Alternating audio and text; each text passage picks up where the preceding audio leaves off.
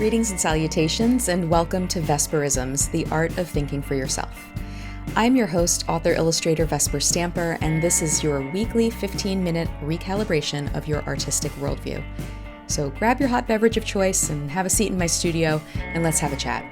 This is Vesperisms Episode 5, The Pathway from Perception to Thought. In last week's episode, I began a short series on the basic artistic process: perception, thought, speech, and action. We began by talking about perception as those things which we notice with our senses, the things which intersect with us before we name them. Things that make us curious, things that turn us into walking question marks before we have an actual question fully formed. Sometimes it's that elusive state of wonder or awe. The trouble comes for artists, or anyone else, when we move too quickly from perception to action. For visual artists, that could be as simple as when you're in a life drawing session, looking down too long at your paper instead of looking at the model who's posing for you. Or it can be as frenzied as reading a headline on your lunch break and feeling the pressure to post a finished political commentary piece on Instagram by dinner time. Again, I'm not talking about speed here.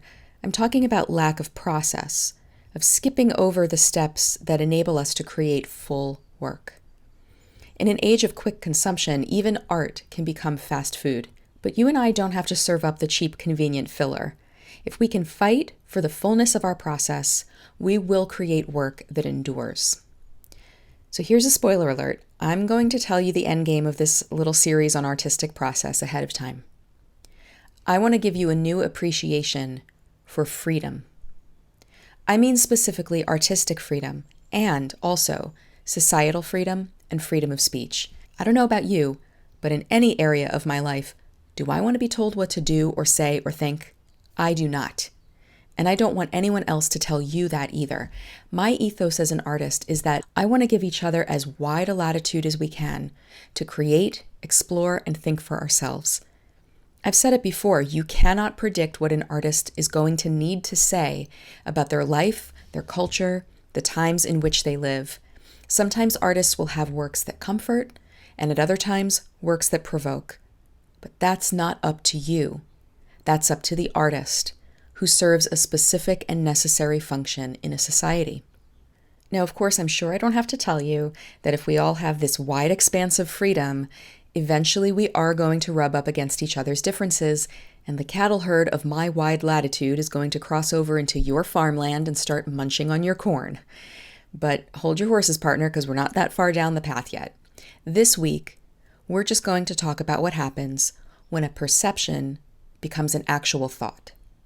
So let's say you're walking in the park in springtime, and you see pale green baby leaves of a maple tree against the steel gray clouds of an impending storm. It hits your body, namely your eyes. You notice it afresh. You perceive it with a sense of pleasure. And then it becomes a thought. I like those colors together. That's beautiful. Maybe it's more complex. Maybe you have a dream of a painting fully completed in your mind, and you wake up with this thought. I know how to achieve that. I'm going to paint that today. But before you head to the studio, your thought is what happens between your first perception and you saying words about it out loud. Listen to this poem by E.E. Cummings and think about that interstitial place, that place between perception and thought. Before he wrote these words, he felt this impression of springtime and possibility. Yes is a pleasant country. If's wintry, my lovely. Let's open the year. Both is the very weather, not either, my treasure, when violets appear.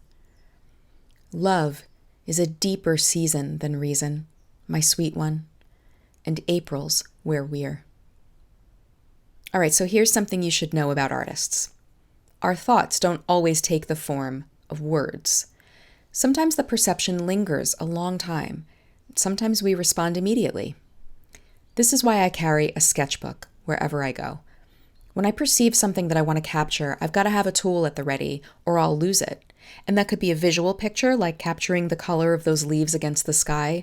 But because I'm also a writer, it could be a turn of phrase, or an overheard conversation, or a misunderstood lyric that has a cadence that I like. By putting it down as a sketch, I'm archiving a perception. But does that mean I've skipped the process to action? Absolutely not. The sketch is a form of thought. All artists have a sketch phase, no matter what medium they work in. It could be a journal. It could be a video that a filmmaker catches on his iPhone while taking a walk. An improvisation on the piano while practicing scales. It doesn't matter. The point is that it's not a fully articulated, finished piece of work. It's a sketch.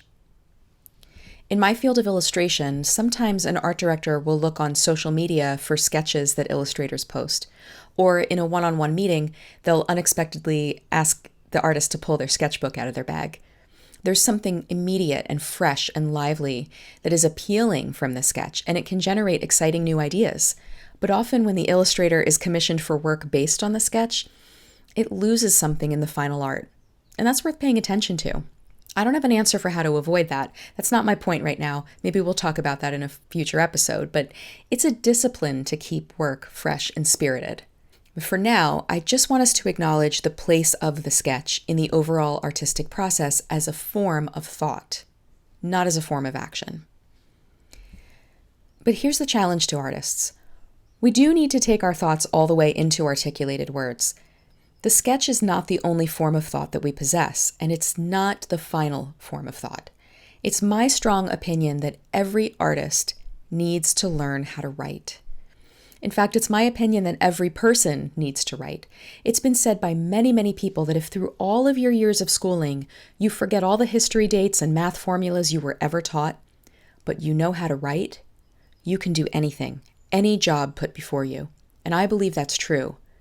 I'll ask you to consider the incredible leaps in technology and art throughout the world once the price of paper was lowered, and the ability to write things down was democratized. What was once the province of the elite, a paper and pen, is now available for pennies. Can we take this for granted? Can you deny that the ability to scratch out your articulated ideas is a privilege that most people throughout the millennia never dreamed of? Not just the ability to read. That's to take in the ideas of others. But to write, to manifest your own ideas. One of the most painful disciplines that the artist needs to acclimate to is the critique. Why is that? It's because we're not used to articulating what we think. It's scary.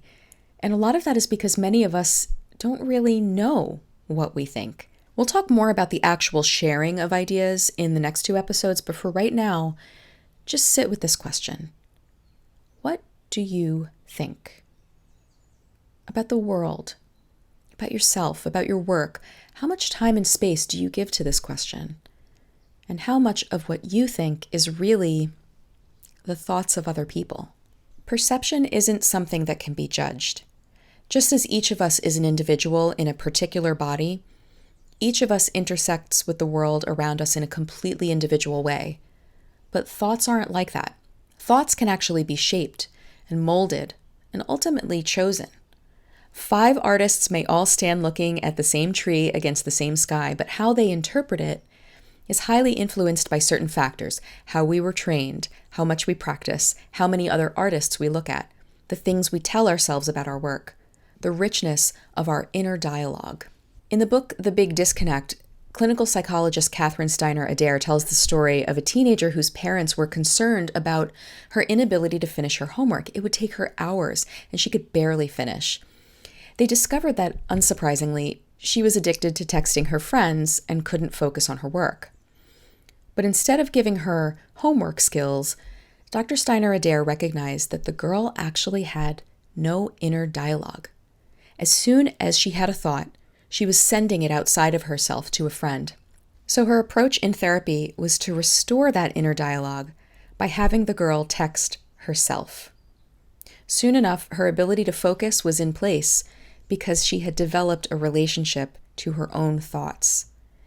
You've done it, and so have I, skipped over our inner dialogue right to sharing our perceptions, barely articulated, with the public or venting to a friend or stuffing our feelings or reverting to self-protective patterns to avoid going deeper than necessary.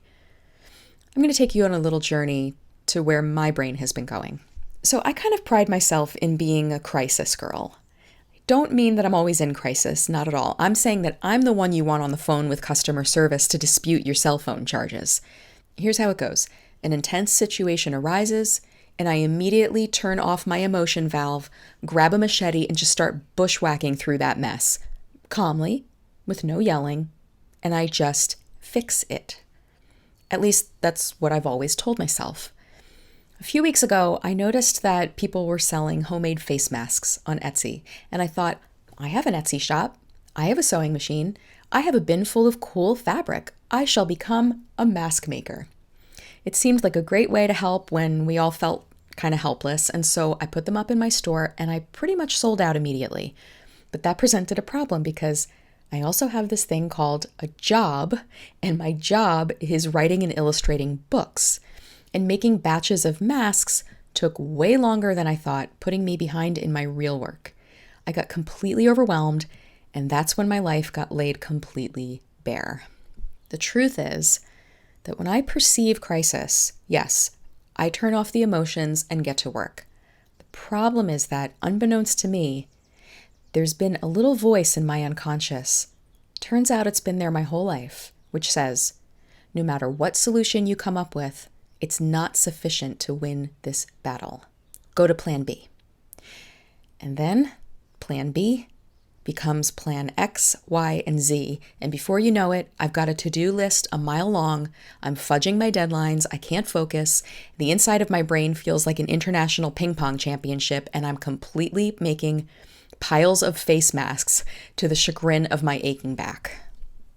I share this because I realized that my perception was leading to a thought pattern that I assumed was working, but was actually destructive. And in fact, I was skipping right from perception to action with no process. And this has been a decades-long thought pattern for me. So I chewed on this for a couple of days.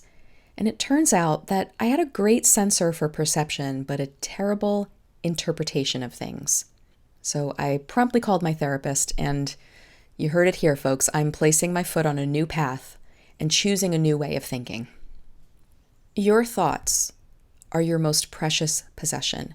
No one can see or hear them except your creator, and you get to choose your influences. What environment is most conducive to your ability to think? Has it been a long time since you were able to sit down or take a quiet walk and even have a good think? Who are the voices that are influencing you, maybe a little too much, and interfering with your ability to think for yourself? Maybe it's the news. I bet it really is the news. Or your social media feed, or a friend or partner who keeps you trapped in a loop. Maybe it's fear. Maybe it's anxiety or depression. Maybe you really do need to speak to a therapist like I did. This is a good time to do that, my friend, because most of our battles are fought in the mind, and we don't have to do it alone.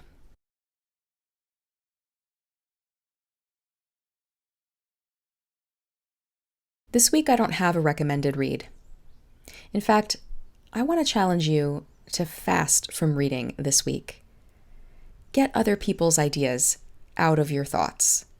Instead, I have a recommended task. I want you to get yourself into sketch phase and reconnect with your own thoughts. Don't be precious about it. I'm not telling you to buy a fancy journal or anything, but I want to challenge you to set aside 20 minutes a day this week to do this. It could be first thing in the morning, it could be at lunch, or it could be right before you go to sleep. Just start writing. Even start doodling before you start writing. Don't worry about what. Let it be an utter stream of consciousness practice. If you're sitting in front of your coffee, write about how crappy you made it this morning or how it's the best cup you've made in months. And see what comes out of your pen. Don't judge it. Set a timer if you need to. The point isn't hours of writing. It's just the simple act of restoring your inner dialogue. Thanks for joining me on this week's Vesperisms. Please subscribe and leave a 5-star review on iTunes, won't you? Or a like if you're watching on YouTube. And share it around. That'll help others find this podcast and cultivate their own artistic worldview. You can follow me on Instagram at Vesper-Illustration and subscribe to my newsletter at vesperillustration.com to get news about my work and a free outtake chapter from my newest book, A Cloud of Outrageous Blue, which just so happens to be about a girl discovering her creative gifts at the onset of the Great Plague of 1348.